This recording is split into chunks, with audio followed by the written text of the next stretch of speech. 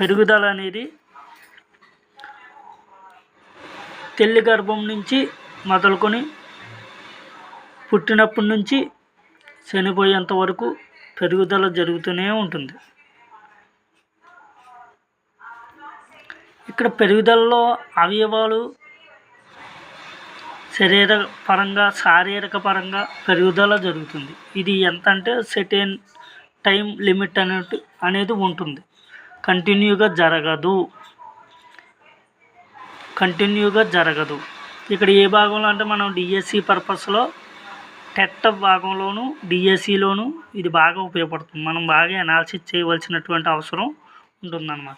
పెరుగుదల అనేది పుట్టిన కానించి మొదలుకొని జరుగుతూ ఉంటుంది ఒక సెర్టైన్ టైం వరకు.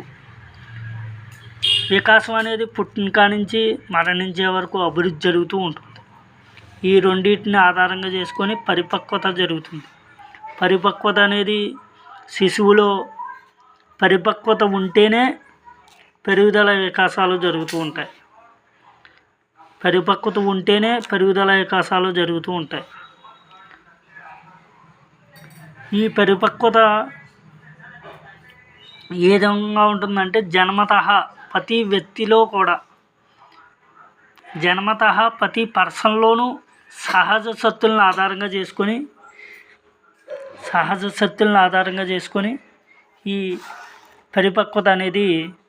పరిపక్వత అనేది జరుగుతూ ఉంటుంది. ఎలాంటి అనుభవము అవసరం లేకుండానే వయసుకు అనుగుణంగా క్రమంగా వికసించడాన్ని పరిపక్వత అంటారు.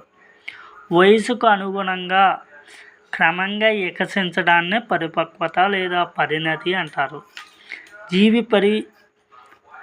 పెరుగుదల వికాసాలకు ఇది ప్రాథమిక కారణం. పరిపక్వత అనేది ఒక జీవి యొక్క వికాసము, పెరుగుదల. ఈ పరిపక్వత అనేది ఒక ప్రాథమిక కారణంగా మనం చెప్పుకోవచ్చు. జన్మతః ప్రతి వ్యక్తిలో సహశక్తులను ఆధారంగా చేసుకొని ఎలాంటి